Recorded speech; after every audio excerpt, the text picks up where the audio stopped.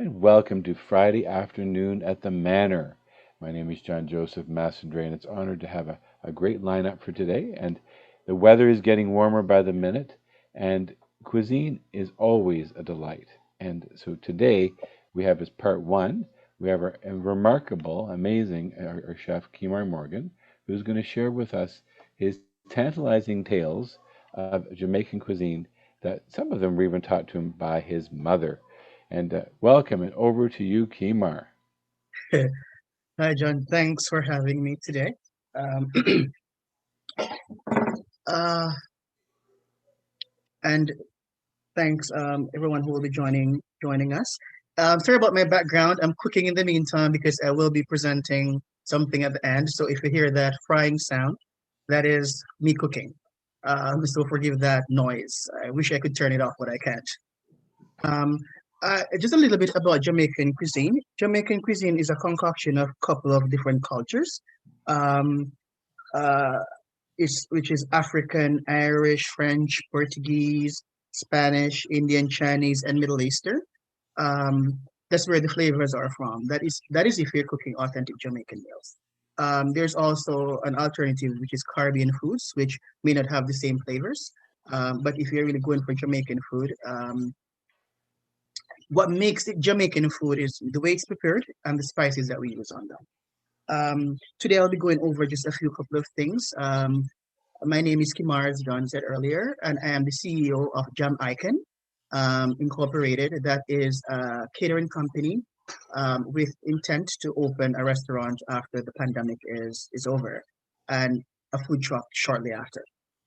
Um, when it comes to Jamaican food, one of the things that people normally talk about is just it's too spicy, or the flavors are little flavors, or um, it's too flavorful for me. That may be some of the things that I've heard with my customers. But it can be adjusted. So if you like spicy food, which I don't, I like my food mild. If you like spicy foods, you can gear from, I would say, on a scale of 1 to 10. You can have one, and then you can have 10 to the point where you're actually crying. Um, that is part of what makes Jamaican too, just the spices. Um, for the customers who don't like spicy foods, you just need to just tell us on your order. Or if you go to another Jamaican restaurant, which is not mine, you can just always say to them that you'd rather it mild or non-spicy, just to ensure that everyone, apart from the culture, all the cultures, people from all cultures can actually enjoy the food. Um, Healthy options is one of the things that I wanted to talk about today. A lot of people may say Jamaican food is rich in spices and rich in flavors and rich with oil and butter and all those things that, essentially is not eating too much of that may not be good for you, but there are healthy options. If you are diabetic, all you need to do is just let us know that you have someone in your family or yourself is diabetic and you would like that option, what we'll do, we'll prepare your meal just to suit that need. Also, for people who may not like too much salt or their food, you know, tasty like salt, they can taste the salt. Um, there's option if you're hypertensive, which we can actually customize to suit your need. You just need to tell us what we'll do. We will give you healthier options. What we have been doing over this year is using for like things that we have to use flour with. We're using corn flour or we're using 100% whole wheat flour um, to ensure that what you're eating is not only nutritious, but it's also very healthy for you. When I buy food for my company, we only buy organic stuff. So halal, that's one. So the meats are halal, and the provisions in most cases are organic. That way, not only does the food taste good, but it's also healthy again. And I can't overemphasize the healthiness of that. What we have been doing, we have been cutting down on oil, unless it's like fried chicken or something fried. We've cutting down on oil, and if we do use oil, we start using healthier options, which is like olive oil. Um, Great on food, great in salads, and it's also healthy for you. Um, what we're trying to do also is to use not white rice unless you specifically ask for plain or white rice, as we call it in Jamaica. We tend to go for brown or parboiled, which is long grain parboiled, it's a little bit darker. And we mix that with our vegetables, our beans, and create this with coconut milk, creating this awesome rice and peas. As it relates to our meats, as I said before, it's halal, and we purchase it from authenticated halal grocery stores or farms. Uh, we buy ours from a farm, so we get get it fresh. Um, as it relates um, to like drinks, we make our homemade juices, which is like ginger beer and sorrel and all other fruit juices. What we do, what we do is for people with diabetes, remove all the sugar. So all the sugar you'll be getting is from the natural fruit itself. We add some ginger, also, which will help to balance the enzymes in the stomach and makes it a lot more refreshing. Um, as it relates to ordering from us, there are several ways you can order from us. You can email me directly at khimormorgan@gmail.com. You can also uh, um, text us or telephone, which is fine. You can also place your order on our website. You can also, if you're following us on Instagram, which our handle is Jamaican, which is JAMI as in I, can as in Canada, um, six as in the letter six, IX. So if you follow us on Instagram, you can also DM us and place your order there.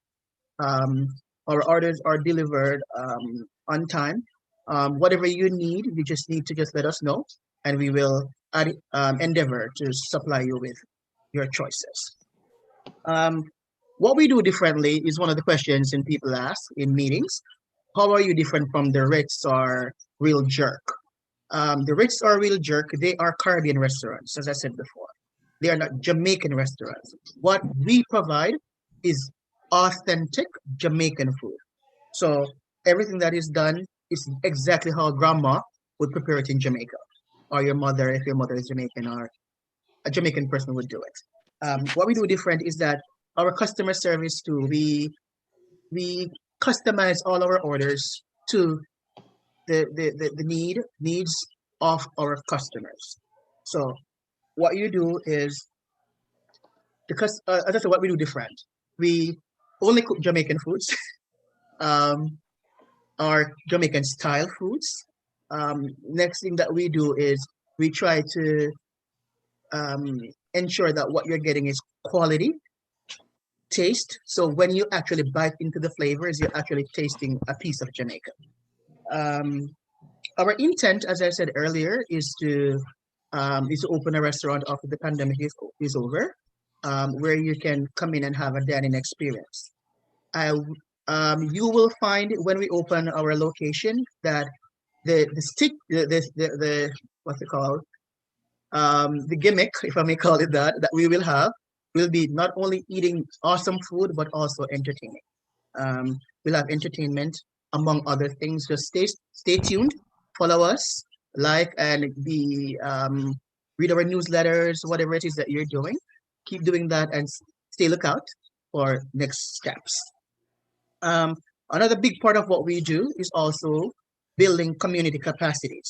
That is, we have been and will continue to do so, is to support the agencies around us, not-for-profit agencies around us, feeding the homeless, um, feeding youth who are quarantined, um, women who are in women's shelters, seniors who are locked away. Well, I would say locked away, but seniors who are in like the senior care homes and not living in their own homes. What we do also, we work with um, uh, Pride Toronto, the banks. Our intention is to do Caribbean and all of these other big festivals that the city puts on annually. A big part of what we do, as I said before, is giving back to our communities, where we'll cook and deliver food, a lot of food to feed your staff, um, and um, and and the residents that you provide service to. In a nutshell, that is kind of what we're all about. We look forward to growing together as a community.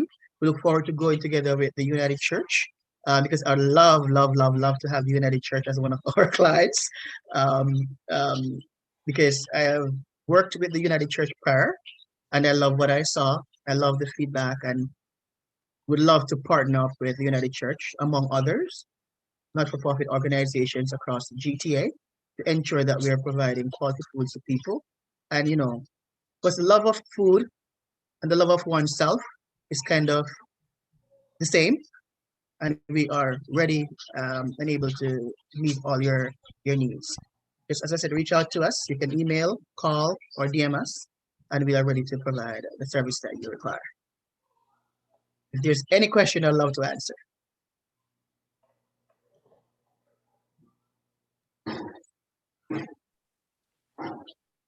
Betty. Hi, Khimar. It's Betty. Hi, How are Betty. you? How are you? I'm well, thank you. You look wonderful. Good, good. Hair is getting really long. How's the, I know you applied for the food truck license. Did that go forward, or is it all everything? Okay, so what? Excuse me, 1 minute.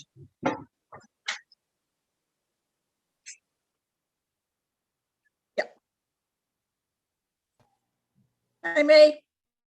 Betty. Hello, Betty. I guess he's cooking, so we had to rush to the pan. Yeah, Hi. it's hard to do both at the same time. Betty, I'm going to warn you because he Yeah. asked if we have any questions for him. And I'm going to ask him Yeah. a question. Okay. And Okay. you know what that, and So am I. yeah, and you know what that question's going to be. Okay. Not the salt one, is it? Oh, sorry about that, Betty. I'm sorry. I'm cooking at the same time, so I want to do a presentation later. So Good for that's you. right. So yes, Yeah. as it relates to That's the hard. food truck, we did apply for all the Yes. the license. Some we're still waiting on to get clarification, but because of the pandemic, everything is moving very Yeah. slowly. So with the Right. city of Toronto, we have applied through them. We have gotten some of the confirmations already, but not Good. everything is not done yet because of the pandemic. Okay. Okay.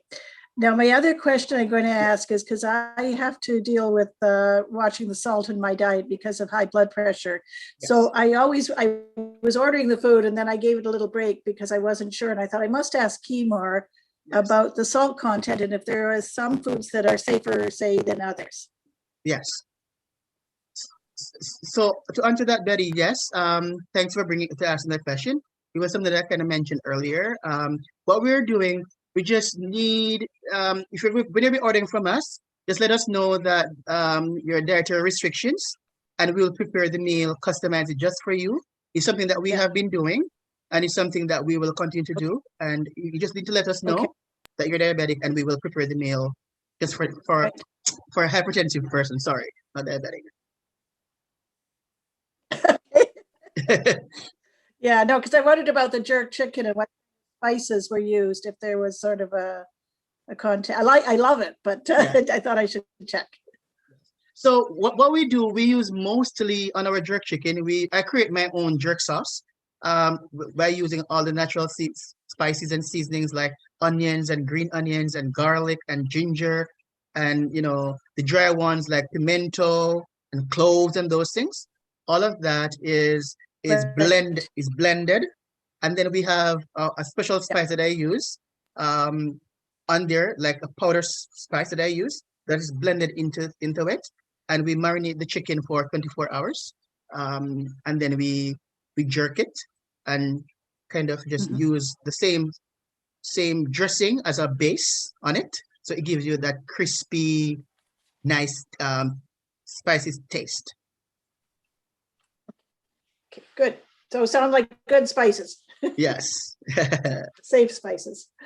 Okay, Kumar, I'm glad you said you like your Jamaican food mild. Yes. That's how I like my food, mild. Okay, so I have Yes. no problems with that. And that's why my husband orders the spicy stuff. Now I have a question. Yes. We ordered your, I think, correct me if I'm mispronouncing. Is it Bambi's? Uh-oh. Bammies. Bambi's. Okay, Yes. Bambi's. Yes. Okay, can you tell me the story on that one? Okay, Like- so bami is made from cassava. I'm not sure if you know what cassava is. Yes, Like it a is. chestnut flavor, yeah. Yes, it was taken to Jamaica by the Arawak Indians, according to what my mom told me. it was taken to Jamaica by the Arawak Indians who brought it there. It's a big thing in Jamaica, especially when it comes to the season of Lent and Passover and Ramadan, because they tend to be around the same time.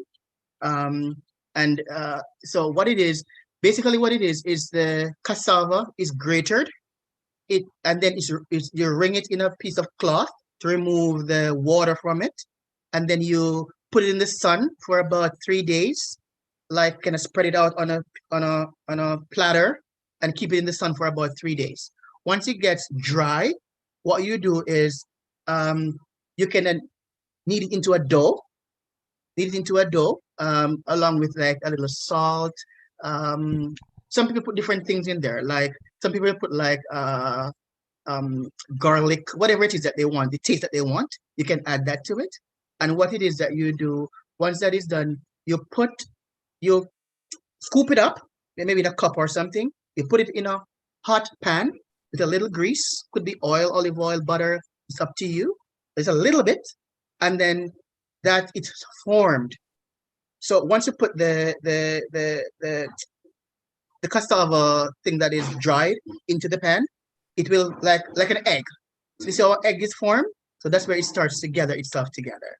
And then you flip it on the other side like a patty or whatever you flip on the other side. And then once that is done, you take it out, leave it to cool, and then you can fry it, you can steam it, after that, you can do it however you want to enjoy it. Most Jamaicans tend to want it fried because it's crispy, you can bite into it. So that is what bammies are, essentially. Right. So is the texture, like once you do that second cooking process, right? After Yes. you initially fried it. So Yes. the final cooking process, is this supposed to come out soft or is it crispy No. or? If you eat it right away, it's gonna kind of be like let's think of a spring roll. If you bite it right away, it's gonna be a little bit crunchy and soft. So it's gonna be the same thing with the bammies. But if you leave it over, it's gonna become harder, and then when you fry it, it's gonna become harder. So Okay, yeah. so if you steam it, it's gonna become like you could steam it with a fish. Then it becomes softer. Okay, yeah, because you're putting moisture back into it. I didn't hear that, May. You're putting moisture back into it when you steam it with the fish. Exactly. Yes. Right. So many question. Yes, John. Is there also a dish from Vietnam called Yes. banh and that if I stand corrected, it actually came from French colonialism, Yes. colonial times, and what did they say? Someone said, is it like a baguette but with South Asian filling? Yes. I mean, that's one way of describing it. But again, you mentioned that Caribbean people come from all over the world. Yes. So then, because you'll see people from India, Yes. from China, from Vietnam, from Portugal, from Egypt, America, from different all parts of over. Africa, everywhere. Yeah, okay. Yeah. Yeah, that's great because I'd heard about them a couple of years ago, and when people said, "What is the Toronto sandwich?" and so of course they named banh mi as one of Yes. them, right? And yeah, that's quite exciting. Wonderful. There are many ways you can do bammies. My mom don't like it fried or steamed. For me, I don't like crispy foods or fried foods, so I tend to like it a bit steamed. Just like steamed, kind of maybe like 2 minutes in the steamer, or maybe a minute and a half. That's how I like it. It's a little bit kind of al dente, so it's not soft, but that's how I like it personally. But most people, I find the customers who order it from us like it crispy, like a bite into it like a hot spring roll. They like it that way. Mhm. Very good. How exciting! And so, when did you first learn how to cook?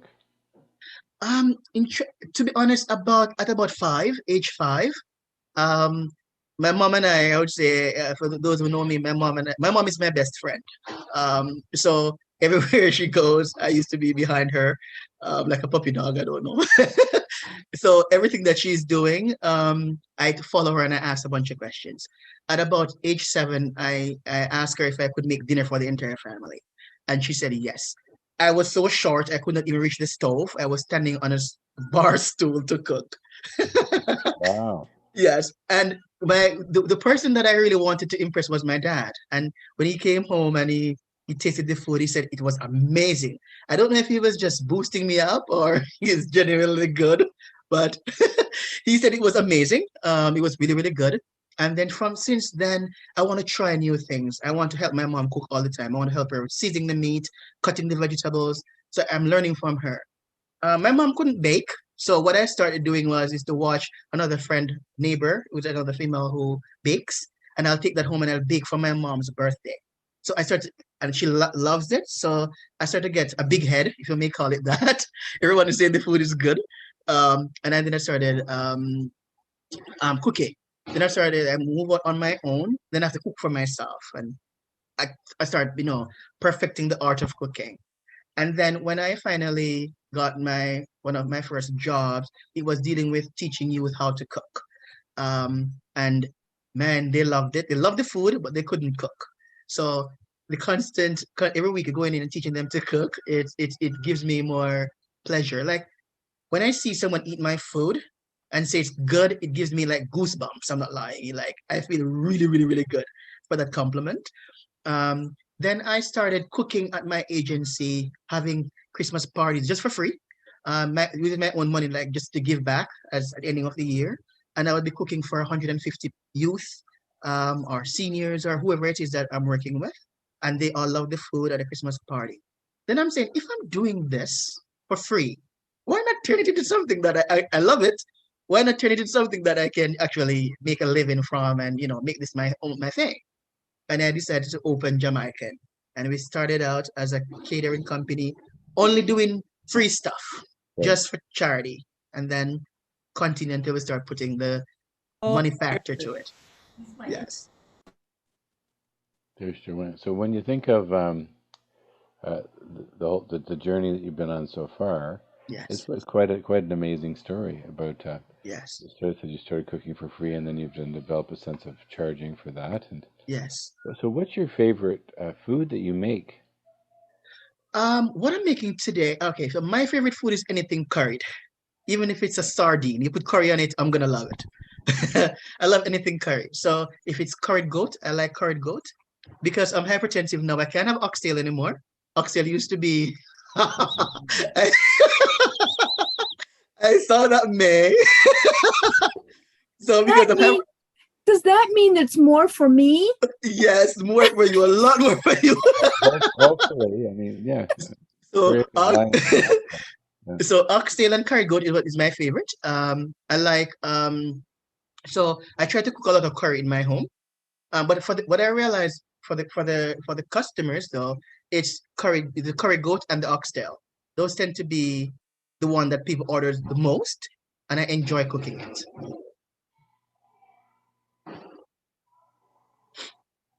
yeah, I know when we were doing our shout out last year, the neighbors would order and they loved the curried goat. Thanks, It was man. popular. Yes, a lot of people love it, and they why because with the curry goat you can add the spices to how hot you want it. So if you want it really hot, you make it really hot. You can almost gauge it rather than the jerk chicken. Once you put the spices on, that's a done deal. But with the curry goat, you can add and taste and that kind of way. So it's easier for people to enjoy it. Oh my Well, that's goodness. I am now starving. Well, you know what? Your I'm just story. check if say hi.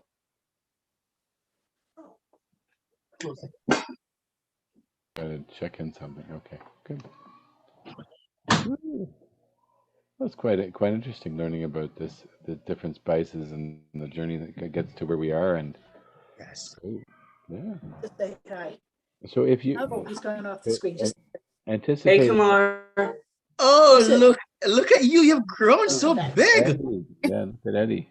yeah. Hello, Eddie. Eddie, look how big you are. Eddie, you got a haircut. Oh, Yes. How are you, Eddie? yeah. How are you? I am fine. I'm Nice to good. How are see you. you? I'm good. It's been a long time I haven't seen You you. too. It's been a long time since. Well, as soon as Yeah. COVID is over, you will see me again at the manor. Yeah. So Eddie, you've grown so Yeah. fast. You're ready Hey, for university. I Yeah. can't wait. Me too. Maybe, hopefully. Yeah. That's good. So So how is everything? How's the Everything. restaurant? It is okay. It's not a restaurant yet. We're just trying to get a location after COVID is over. And that way we're Yeah. just only doing the catering pieces at this time. I guess with all the restaurants that Okay. closed, there'd be a lot more options for locations, wouldn't there? Yes, John. What I want, to be honest, I'm really hooked on the village, to be honest. Yes. Yes. Why is that? For many, many, many, many reasons. The I Church think of it, Wellesley Village, right? yes. Good. Just to clarify the village. Okay. Yes, sorry. The church and Wellesley village. Sorry. I should have said that. Why is because most of the events that we could make some money from or to to get more people to know about us Yes. takes place in the village. Right. Right. And then to be honest, downtown people don't like to cook. I don't know if it's just a general statement, but we rather go out and eat. Well, So 'cause I there's think so much variety of places to go. Yeah. yes. That's where I want. I'm really looking. So I saw two places on Church. One is beside Pizza, and Right. one is where the Starbucks used to be. But I was told that the one where the Starbucks used to be is huge. It's gonna be too Yeah. big. Right. But I'm still looking around because I really want it to be in that I think it's location. 2 stories. That's the one on the east side, the Starbucks. Yes. Yeah. That I didn't realize that closed. Sure. Yeah, I think they closed right after the pandemic. They closed 25 Starbucks in the downtown. Wow. Yeah. Yeah. If it's okay, I have to go back to class. Eddie but has to that go is- back to class. So. Yeah. That's Okay, good to Eddie, be hear. Bye, good. Khimar. Bye, John Bye. Joseph. Take Bye. care, Eddie. Take care, Eddie. All right. Bye. It's good. He's Good gotten to hear. so big. Oh, I just knew Eddie would want to say hi, but he's in class. Yeah, I miss him. I really, really miss him. He's gotten so big. I'm sure he's taller than me right now. So, Joanna Marie, do you have a question for Yep. Khimar? Well, he's taller than me, but he's little. Eat your vegetables. You'll grow tall like me. And his mother said that was really mean of me to say, given I'm so short. But anyway, he's always Don't do talking that. about you, Khimar. So I thought, I love him. I love him. So, Joanne, do you have a question? Is there much in Jamaican food that's vegetarian, Kimar? Because I'm woefully ignorant about Jamaican food. I just like smoking hot. Oh, yes, Joan, most certainly. What it is, like one of the things that I do make and it's becoming very popular is something called ital stew, ITAL. It came from the Rastafarians. That's where it started.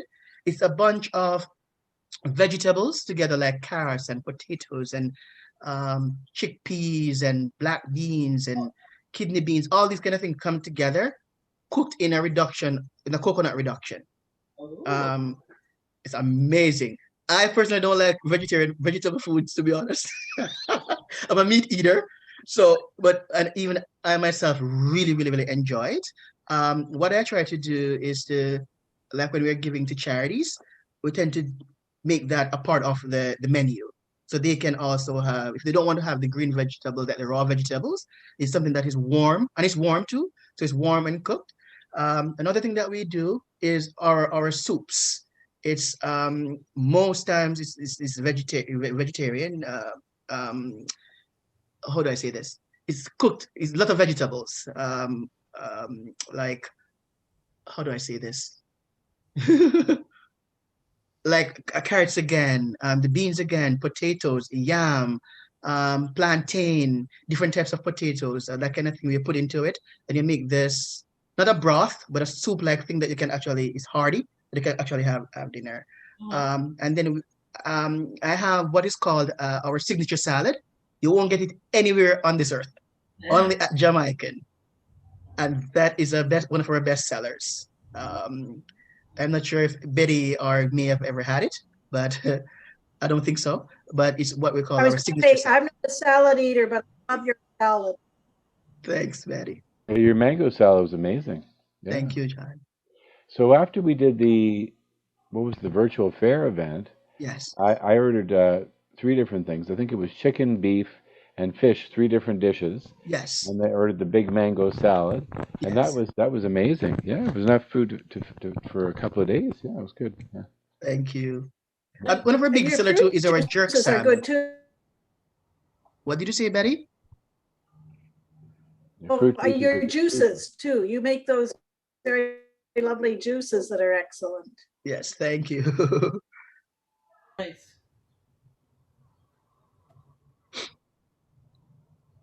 Very nice. So Khimar, are you also Yes. developing some of your own recipes? Yes, I am. What I'm trying to do, because what I want to do when you come to the restaurant, you will get a specific menu, which is going to be seasonal. So summer menu, fall menu, and all of that. And then I'm working currently on a food truck menu, where you might get a bite of something that is in the restaurant, but it won't be in big portions. And then also I am trying to add to what my mom had taught me in some of her recipes. Like, I mean, remove something and add something that I think may taste better. She won't be, well, she's not alive, but if she was alive, she would not be happy that I'm changing her recipes. But what I'm trying to do, I'm trying to make it in a way where my child, when they come, can also add something and keep it a family. Some family has heirlooms. We don't have that in our family. So what I'm trying to do is to have a recipe that's passed on from one generation to another. So we're constantly evolving our recipes for the business. That's good. Now you say heirlooms, like an heirloom recipes. Yes. Something that pass on that is only you give it to one child, grandma hold on to it like dear life. Oh, And what so, a good idea. that's what I want to something I want to start or continue. Well, very good. Now, where do you go? Where do you shop for your ingredients? For my meat, I shop at Kabul Farms, or there's one in Thorncliffe. It's called Iqbal Foods. That's Right. where I get all my meats.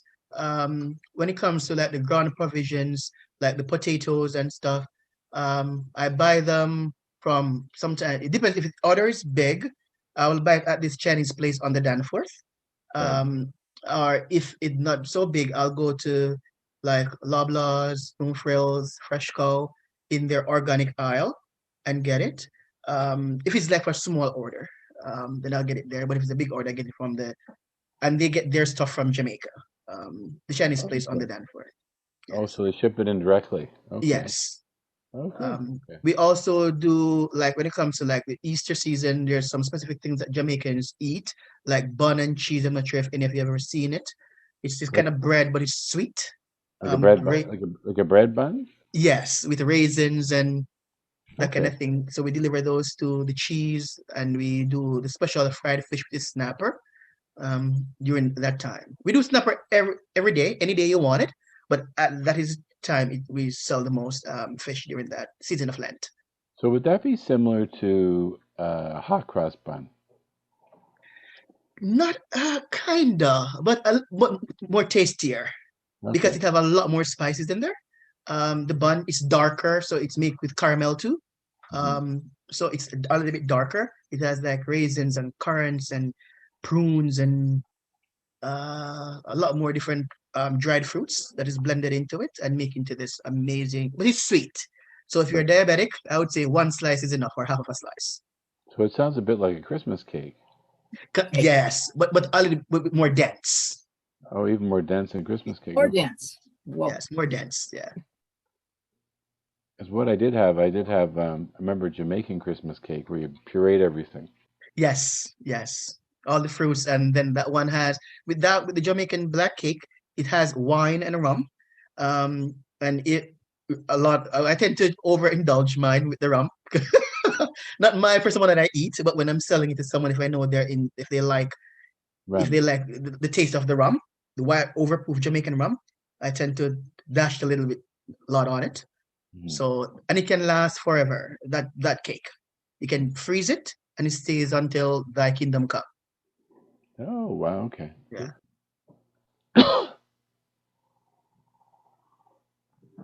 So I guess you can vary the fruit that you put in the cake, the bread. Yes. So we blend them. So what I tend to do with mine, so it's my fruits are soaked for 1 year. So right now I have some of my fruits already been soaked for December. So one of the few of those raisins will get you drunk if you're lightweight, but it's not Oh, something that you eat. You soak it for 1 year in wine and rum. right. And then in December you put them in a blender or a mixer and blend them into a puree. And then Mhm. you add the other, like the flour and the sugar and whatever it is that goes into a cake and the eggs and all of that. And then you bake it. When it's finished baking, you add a little bit more rum, a little bit more wine to keep that moisture in. Wrap it in a cellophane wrap or that plastic wrap, and you can eat that. Even your home will smell Christmassy if you get it like before Christmas Day. So what would be in the container other than the alcohol for the types of berries? What types of berries would you put in there? I would put currants. I would Okay. put raisins. Okay. I'll put the different types of raisins. Right. I would put prunes. Not everyone like prunes, but a few prunes in there because you give it that acidic taste. Right. I would put um, mixed fruits. You know the one like the orange peel that you Right. see sometimes red and orange and green and those ones. We put those in there too. Um, is and then any other dried fruits that you like. I tend to go for the mixture of the ones in the pack that has a mixture of everything. So you're getting a taste of everything rather than just mostly grape. But a lot more raisins is in there though. Are you familiar with a rum toff? No, I've never done that one. It sounds similar but different because with a rum toff, it's Yes. a German thing, a Yes. German concoction, and you take the berries of the season.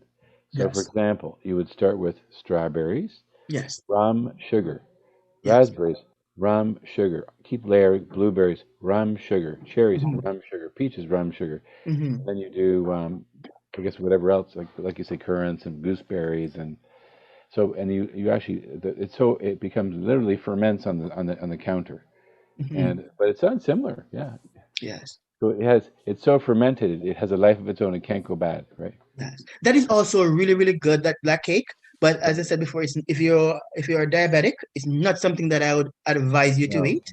no, no. Maybe a slice, you know how you cut this like a pizza slice, that Right, shape of it, maybe I would say a quarter of that. right, I would right, say in a week because it's rich and it's sweet.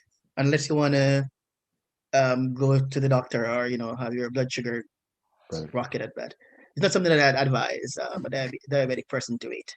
right, right. Oh, the yumminess. Oh my goodness. Yes, but Very it is good. good. It is really good. So how's your food making out? So what I have now, I think my curry is done, my chicken is done, and everything is done. What I wanted to do was to kind of plate it a little bit. I don't know Sure. who's gonna eat it because I can't eat this early. You can you But can you can show us what you made and then tempt us with all the good things. all right, so I'm gonna turn the light on and I'm gonna get little Sure. by little to show you. Yeah. Awesome. Mhm. Let's rush out and get Caribbean food. Yay. Okay. Do you think we can get it for the caravan at the church? Well, I was figuring that would be a good addition to. Uh, I think by then we could. Well, we'll figure out what we do. my my hope is, yeah, we could have something Anybody's guess. because we are opening up. Yeah. I mean, it's just a matter of what the opening up looks like. Even if we do drive by, right? Because we could have him set up doing something even in a barbecue, right? Yes. And then people could do drive by pickup or something. Yeah. Yeah, and yeah, lots of possibilities. Yeah. because I think it's great though. Except no rum cake if they're driving by. No, no, yeah, no, definitely not. No, Richard has a great idea. In addition to Lydia, she's going to do Jamaican crafts, and then Richard wants to bring in all the consulates to, from the Toronto, like the St. Lucian, Jamaican, you name it, as part of the Caravana. Yeah, a Yeah. great idea. Yeah, I see Dee's popped in, so we're still. Yeah, that's our next speaker, so she'll be at 2, and yeah. Joanne, I always love the fact that when you go to your mom's, you're eating. It's great. I know, right? Since we're talking about food, one of my new go-to comfort foods is, and not that I own the company, is you can't quite see this. Oh yeah, well, you can't. Anyways, it's smoked sardines. Oh, wow. Yeah, they sell them at the river and whatever, Gerard, little, not a dollar store, but it's a hasty market. And if you like smoked, but you don't, you're a vegetarian, so you wouldn't do that. But if anybody likes smoked anything, it's very good. Actually, it's Yeah. interesting. I guess I'm a vegetarian most of the time, but occasionally I'm a pescatarian. Oh, I do, on the odd occasion, eat some fish. oh Um, well, since you're at your mother's, you know where you can pick them up? The little hasty market on the east side of River, oh, yeah. and they're only $2.25 a tin. Oh, Yeah, they're super. If you went to a gourmet shop, they'd be $10. Yeah, yeah, like, is it like a whole little fish? yeah. There's 4 of them in there. Yeah. So isn't that kind of freaky with the little tiny head and the little feet or the little tail? There's no head. They're all cleaned. Yeah, Take the head away. yeah. Because that's always part that sort of makes me uncomfortable. Al the inventor. Is that Al McClary? Yes, it is. How are you? Oh, Can you good hear to me? see you. Yes, I just sent you. What did I send you? I sent you the link for donations. Did you get that? Okay. I haven't looked yet. That's okay. Okay. Go ahead. Okay, Excuse good. me. I just sent that to you. Okay, we're just waiting on Khimar to bring back food to tempt us. Yeah, Food. He's plating. he's plating. Yes. So to place an order, John Joseph, do we call him or how does it work? So Okay. Khimar, how do we place an order? You can email me at khimarmorgan@gmail.com. Can you put that in the chat? Can you put that in the chat? I will. So I'm not sure how I will be able to show you this plate, but let me try. Do you have a computer or do you have a smartphone? It's a computer. Can you So- can you fold the screen down? We're almost. Oh, there Can you you- go. Okay. Okay, so that's Oh, it there. look at that. Now describe what we're looking at. I see the All right. steam rising off the plate. Oh my gosh. All Wow. right, so I don't want to touch it in my hands. So all right, so this is plain rice. I use this one because it's a scent. It's jasmine, and Okay. this is like these are all organic vegetables: broccoli, cauliflower, carrots, and string beans. I think it's called string peas or something like that. And this is our fried chicken, and this is a curry goat. So Oh wow. so this is one of the our best sellers because with these two proteins together, it's really, really, really, really good. Normally, this for someone who is diabetic, I would not recommend this. I'd recommend the Spanish rice, which is made with coconut and Is a it- lot of vegetables and So brown rice. Is there sugar in the rice? What do you say, John? Sorry. Is there sugar in the rice? That's why, or No, I only put sugar in my rice and peas to make it soul food. okay. But this one, no. The Spanish rice, no. But just the rice and peas. Okay. Okay. So what's in your fried chicken? So all that fried chicken is just a regular chicken with the natural spices that I make with the onions and garlic and stuff, which is blended. And then I use flour because I don't like the coat to be too thick. So I Right. use the refined flour with a little garlic powder, the organic garlic powder, a little food coloring, orange is the one I use, and um, eggs. So what I do, I dip the chicken legs in the egg, little like crack 2 eggs, a little the water, and beat it Right. out. Then I dip it in there and dip it in the flour that was the garlic and the paprika and the food coloring, and then it gives you this nice yellow, orangish, what color that is. And then you deep fry it. I fry mine in a pan because the oil will go away. You look at it's not greasy, but Right. if you put it into a fryer, it will come out a lot more greasy. So I tend to use a saucepan to do mine. Oh, good. Now, so Khimar, what's your email again? I'll put in the chat for you. So KHIMAR Right. Morgan, MORGAN @gmail.com. Gmail.com. Yes. Okay, cool. Or you can, if you follow us on Facebook, you can just type in JAMI. So it's Jam I Can. So JAM for Jamaica, I for myself, and then Can for Canada. So if you follow Great. us on By anywhere my on social time media, you'll find it there. on Facebook. Okay. Good. Yes. Okay. Good. Okay. Well, I So think. and this is the presentation. This is what you would get in my restaurant. Oh, and that's the curry goat. Right? Yeah, this is a curried goat. This is the Yeah. fried chicken and the vegetables and the rice. Great. Do people have any questions of Khimar? No. No. It's just No. how to order. Just pull the Let me plate take back. this away before I get too hungry. Hold on. Khimar, yo, Joanne wants to see the plate. Yeah. Oh, sorry, John. I'm so sorry. Sorry. Pull it away toward you again a little bit more. Yes. There we go. Yeah. Okay, here we go. Yeah. Got it. Okay. Very good. That looks. Thank you. Thank you. And this, you can always change this. Some people rather coleslaw with it. Some people rather like a steamed. This is steamed. Some people rather like a chef salad with this, which is like cucumbers, lettuce, and tomatoes. A lot of people like it that way, but I like it with the steamed vegetables. It's a lot more nutritious to me, at least. Very good. Okay. Well, that's amazing. So don't forget to hold the first Monday of or last Monday of July off. We're gonna have caravan at the Manor with Oh Rich. yes. Okay. Sorry about that. Let me Don't write forget that. about that. Yeah. So the last Monday in July. Right. Which is 1 second is the 26th. Yeah, it'll be 6 o'clock. Yeah. And maybe we'll be able to be on site. Who knows? We'll see. Oh, I would love that. It remains to be seen. We'll play that by ear for 1 second at a time. So, Khimar, you are a superstar. Thank you and thank you. And Thank you so much for having me. everybody clapping and good. Thank you. Actually, you may want to stay on. The next person is Yes. Dee Esposito, and Yes. she's with Angel Hair. And you may actually know people. It was actually Miss May who came up with the idea. What do you do with your hair? So My what? hair? No, I meant no. Oh. During COVID, when you're going to cut your hair, you don't cut your hair. But so Wow. there's a charity called Angel Hair. So it actually Yes. goes to children who have had cancer, and Wow. so they've had chemo, the hair falls out, and it's a way to help them have dignity. And you'll hear more from Dee. So just stay on the call. You get to hear more about from Dee. I Okay? will stay. Yes, I will. Yeah. Most certainly. So thank you. And I see Dee. You're there. See me? I'm here. Can you hear me? We need to turn on your video.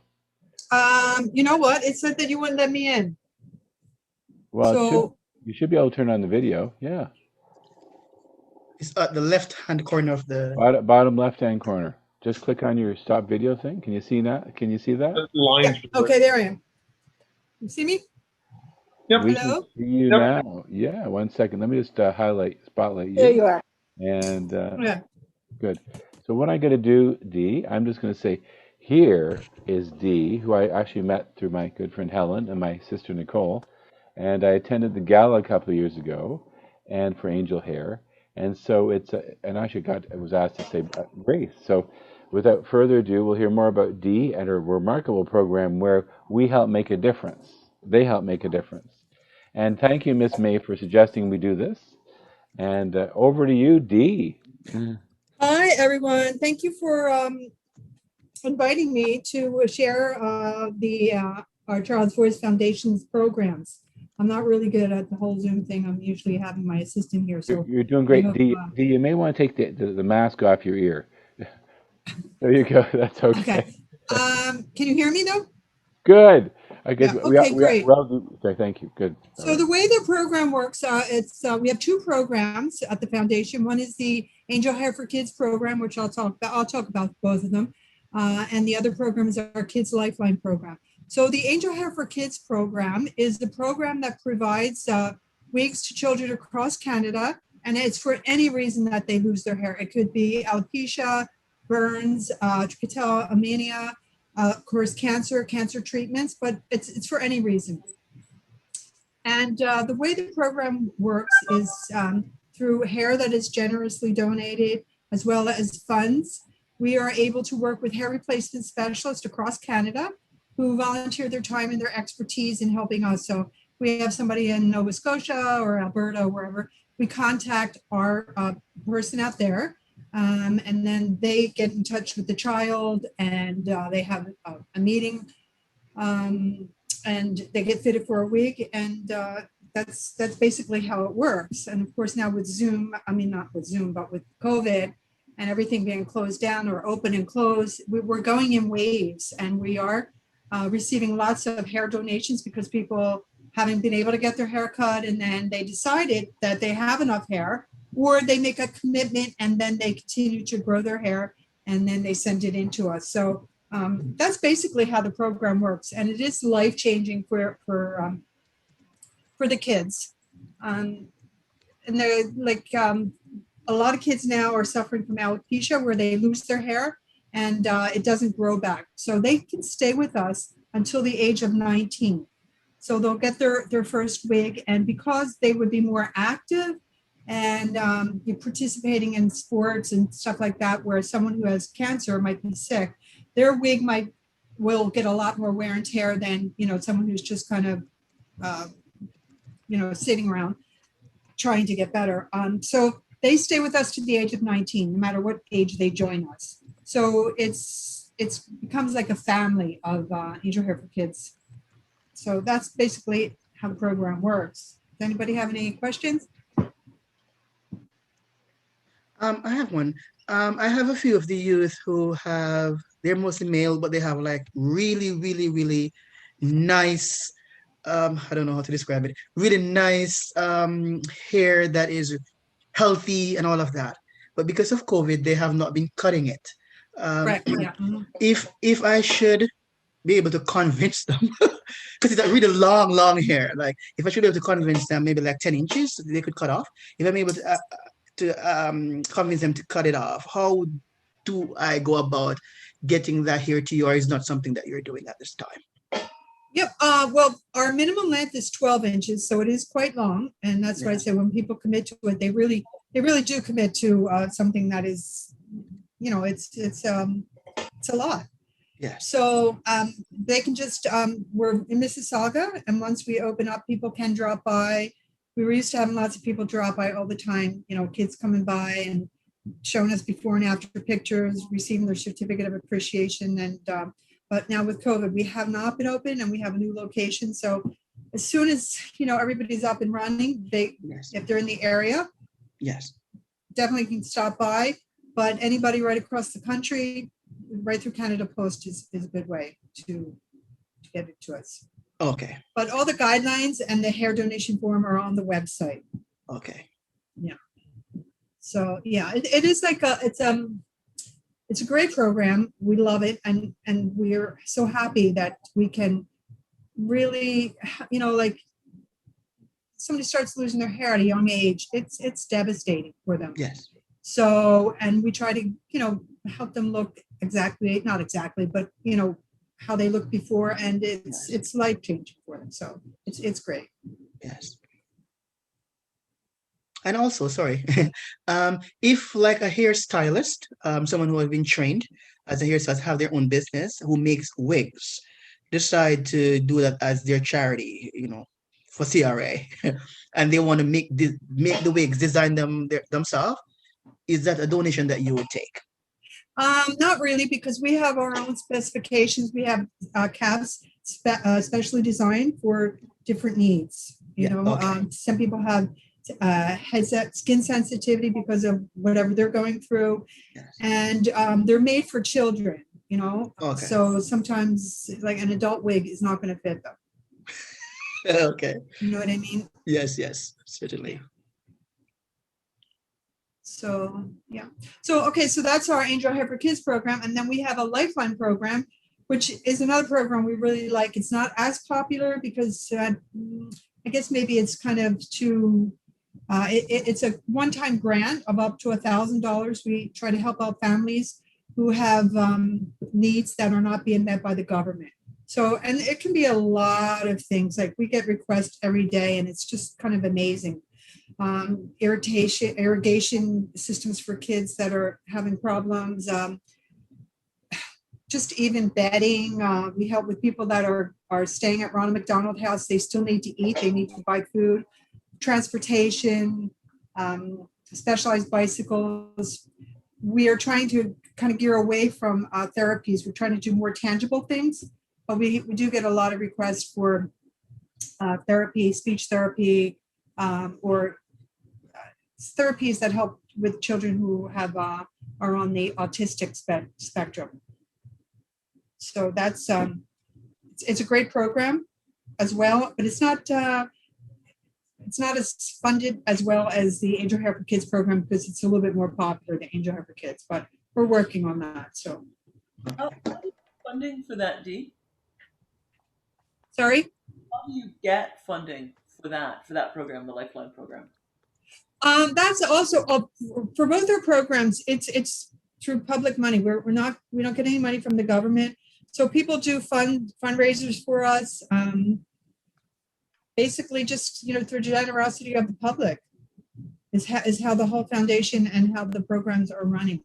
So are you finding it more difficult to attract donors during COVID or less, or how are you spreading the word in this weird time? Well, we don't have a budget for marketing, so we spread basically it's our website and word of mouth, and like I said, because COVID and people not being able to get their haircuts right across the country or in places are closing, opening, this and that, we've have seen an increase of about 20% of people calling, and they always start out with, I haven't had my haircut in so long. So either they do have enough or they commit to growing the 12 inches. So it's been really nice. Yeah, it's been good, I guess, for some people who might not have thought about it before. Mm-hmm. Yeah. I was just thinking because if like for the Lifeline program, you don't need hair, you need dollars. So that's why I was wondering about how the donation program works from a financial. Oh, the funding. Yeah, you're right. Exactly. I mean, we do need it takes money to create the wigs. We budget about $2,000 per wig, and sometimes that will even include a little bit of travel cost for the child if they're not right in the area. They might have to travel to the salon or something. But it is through fundraisers, basically. People want to, if they would donate their hair, they donate a little bit of cash with it. It's great. Or through Canada Helps right now, you can do an online fundraiser. In the month of June, for every $1 that goes through Canada Helps, they put us into a draw to win $20,000, or I think it's $20,000 or $30,000, which is great. And it's an easy thing to do. You just set up a page and say exactly what you're doing, why you're doing it, and it's for our charity.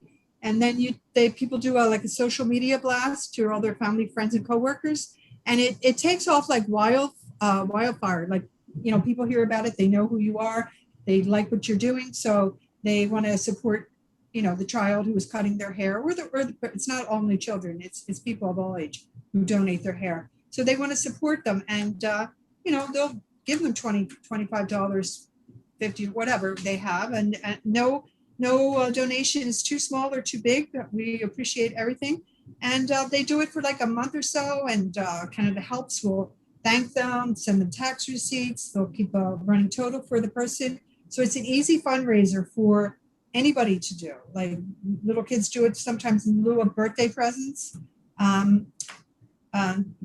They raise money and donate their hair. So it's good. Cool. Very nice.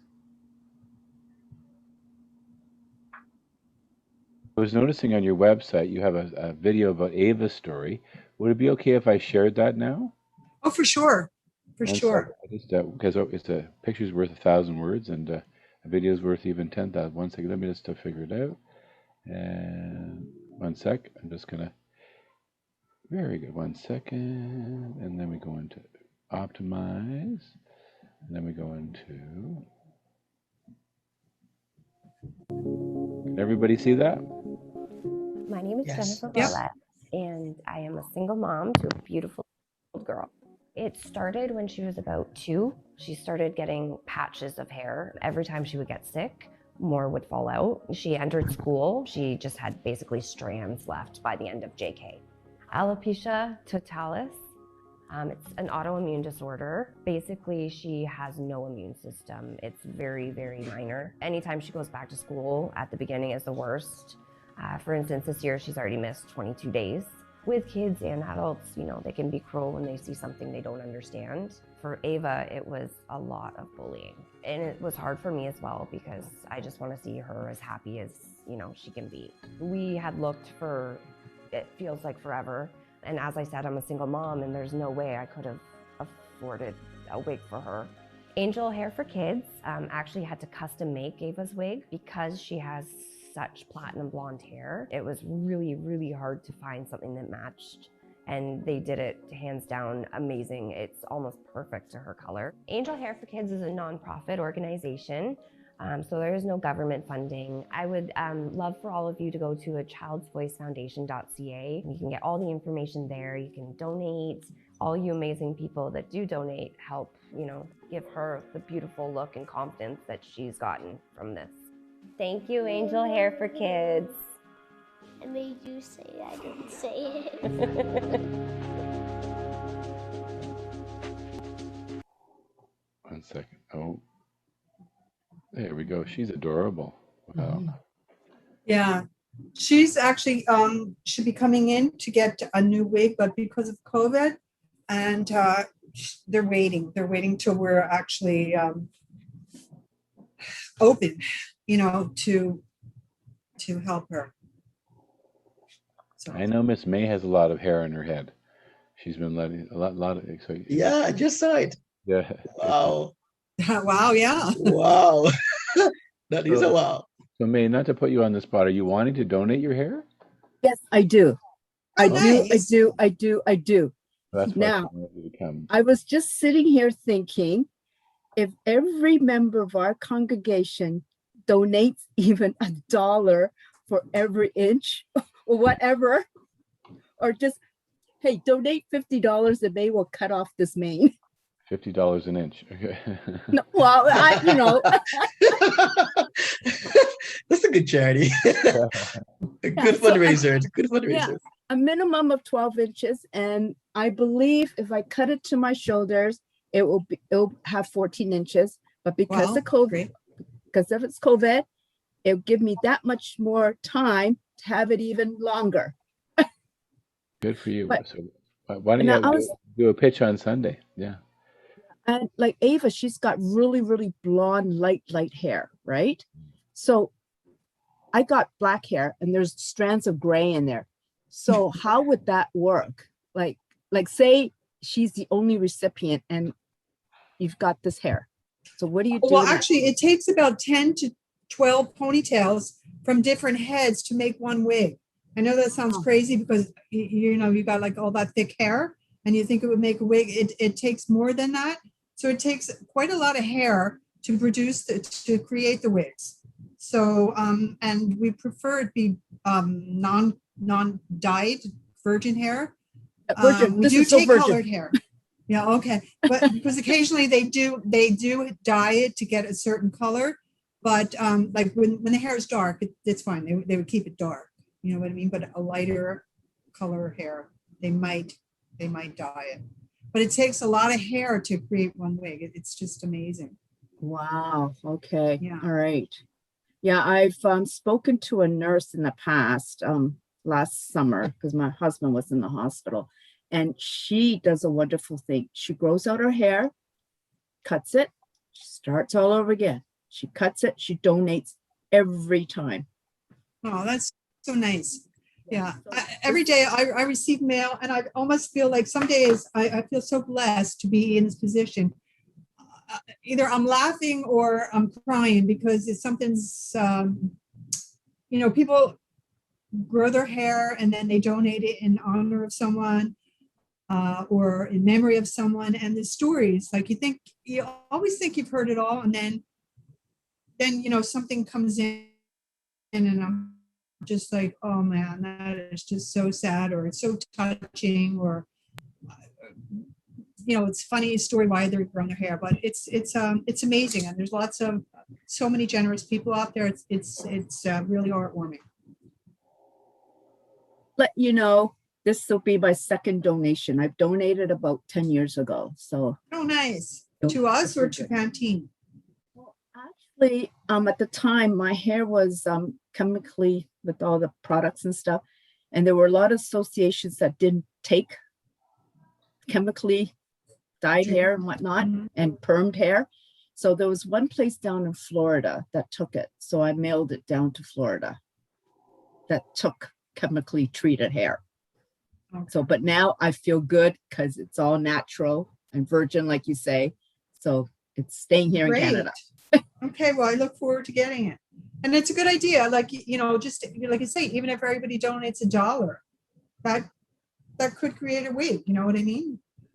I have It a doesn't question. take a lot for everybody to do it. I mean, a little means a lot. It adds up to a lot all the time. Okay. I have a question. I saw Ava. Ava was the spokesperson, I assume, and she has straight blonde hair.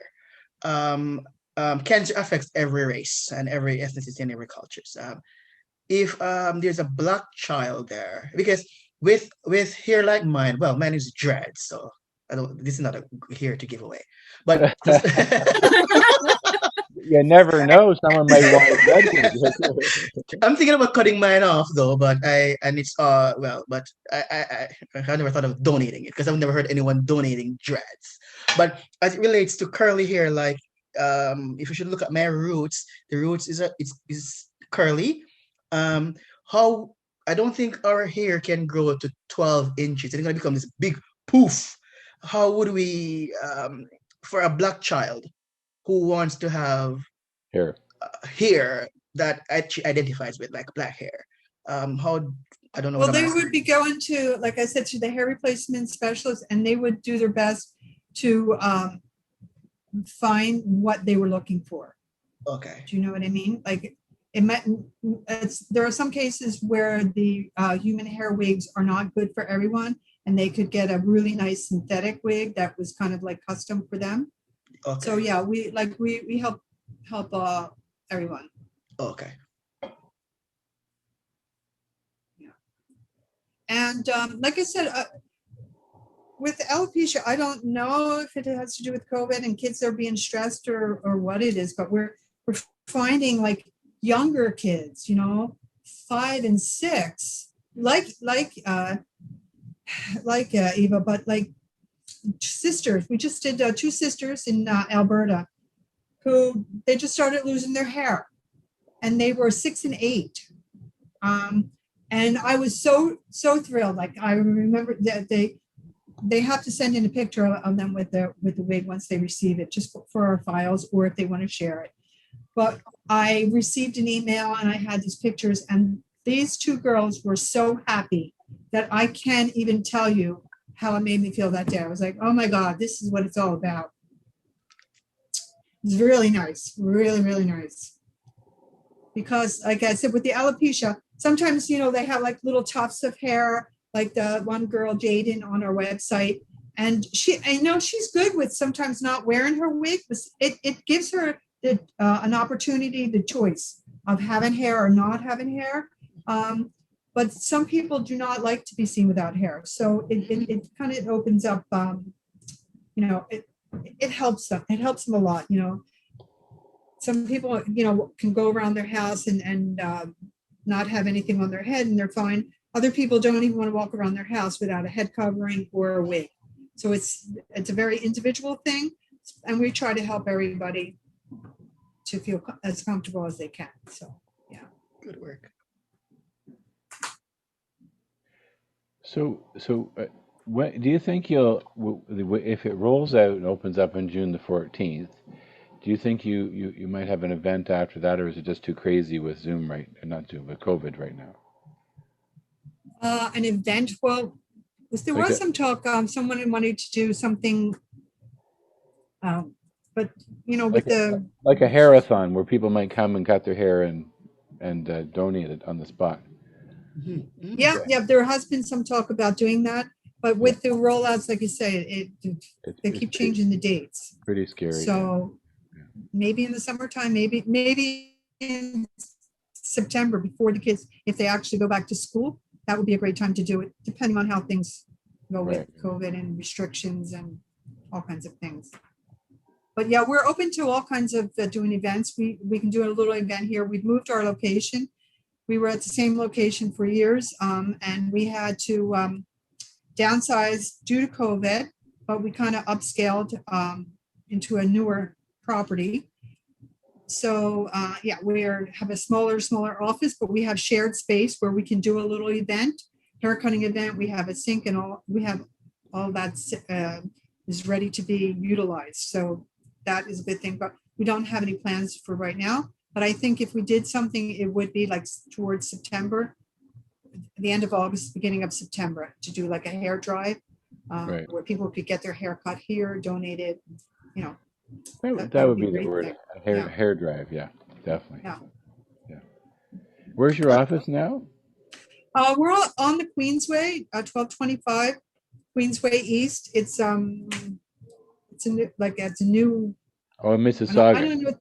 It's in Mississauga. Yeah, it's between Dixie and Stanfield. Okay, I know that area. Yeah. Okay. Someone had a question, I heard. Yeah.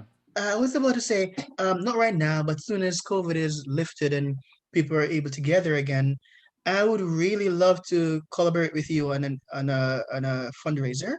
Okay, great. Meaning, where we could. This is something that I've been thinking about, is selling.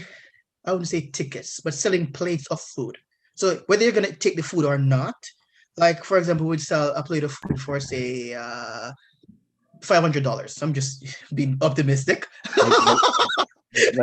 like an auction. Like an auction. Like an auction, yeah, something along that line. We have done this with this gentleman who is building these condos in Regent Park. David Spectrum. Daniel Spectrum, yeah. Yes, Daniel, yes. Daniel Spectrum is something that we have done before, and those plates of food were like $2,500 per plate. Many people did not show up because they just pay for their ticket as a support of charity. Maybe we won't get $2,500 per plate for our food, but something that I would love to work with you on is where you buy a ticket and all the proceeds would go towards designing. I'm using fancy words now. Designing wigs for the children that needs your support. So all the proceeds would go towards your company. That is something that not only will. And then from that, what we do, we could get some, what they call the thing, marketing. So marketing could, because they don't have a lot of budget for marketing, that could be one way where a lot more people could know about you and know about what you're doing, the great work that you're doing. For sure. Yes. Sounds great. Yes. Yeah. So is everybody mostly in the area of Mississauga, Toronto? So this is what we have is people. Khimar is downtown, near Sherburne and Danforth, and Isabella, and we're in Cabbagetown. Joanne is more. Would you call it Toronto East? Yeah. East York, maybe not East York. No, it's Toronto not East. I'm in Toronto, but in the East End. I like to make the distinction between Toronto and East York because I'm definitely in Toronto. Okay. And May is North Toronto. And now, what neighborhood are you in? Me? Do I live personally, or is this area? Al. I'm trying to get Al the inventor. I guess he can't hear. Al the inventor. What neighborhood are you in? You're muted. Oh, he's something. Oh, he's got. Okay, he's muted. Okay, there we go. We're not sure. Who else was there? There was Betty. Betty's North Toronto. Okay, Okay, downtown. Maybe it's downtown. Okay, maybe that's what he meant. Okay. And what neighborhood are you in, Dee? I live at Square One. Okay. Oh, great. Okay. Wonderful. Wonderful. Well, do people have any more questions? One more. What is the ratio between synthetic hair and human hair to make wigs? Because I read somewhere that the human hair is not so much in need. They tend to be more synthetic hair for making wigs. You're correct.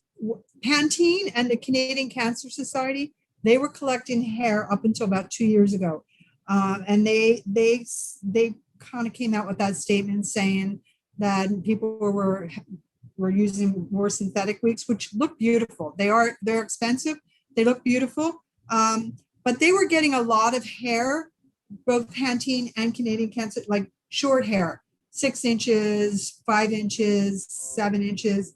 And they couldn't use it. It wasn't usable. And we've always had ours at 12 inches. So I think that's one of the reasons that they stopped collecting the hair.